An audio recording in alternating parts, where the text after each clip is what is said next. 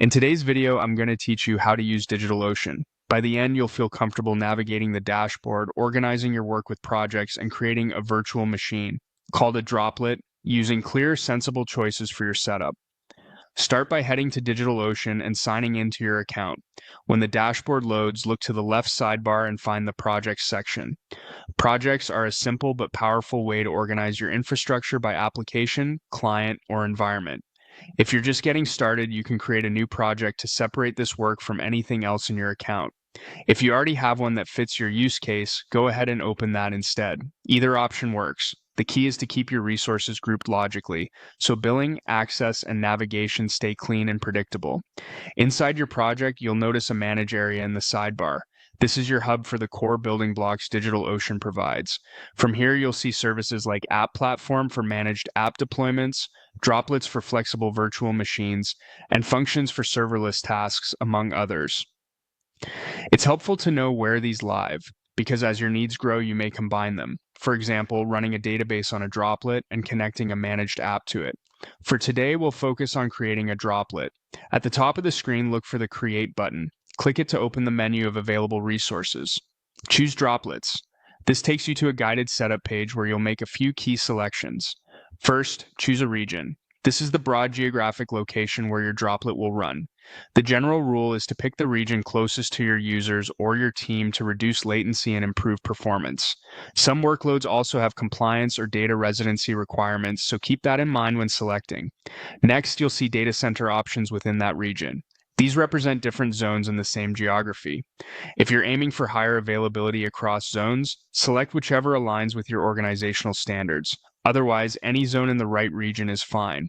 Now choose an image, which is the base operating system or distribution your droplet will use.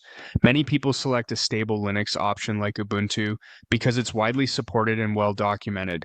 Pick the image that best matches your stack and comfort levels so you can hit the ground running. After that, choose a size. This determines your vCPU, memory, and included SSD storage. Think about your application's workload. Lightweight services can start small, while databases, build servers, and CPU-intensive tasks benefit from more resources. You can usually resize later, but picking a sensible starting point helps control costs and ensures reliable performance from day one. You'll also see CPU options.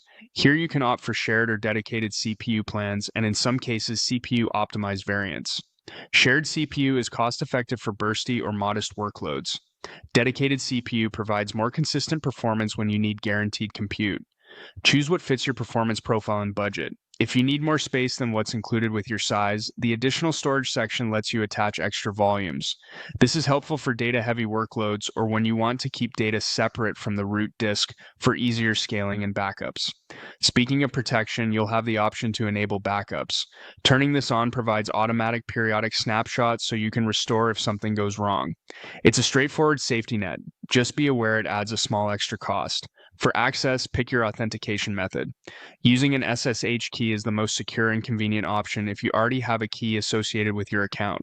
If not, you can select a strong root password. Either way, this choice controls how you'll log in later, so make sure it's something your team can manage safely. Before you finalize, review the details.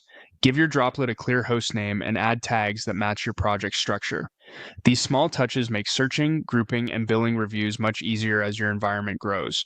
Confirm the summary looks right: region, image, size, CPU type, storage, backups, and authentication. When everything is set, click Create Droplet. Provisioning typically takes just a moment. Once complete, you'll see the droplet listed in your project, ready to manage from the dashboard. From there, you can monitor its status, adjust settings, and keep everything organized inside your project. That's it. You've learned how to navigate projects, explore the Manage area, and create a droplet with the right region, image, size, and security settings. Thanks for watching, and feel free to revisit any section as you build out your infrastructure.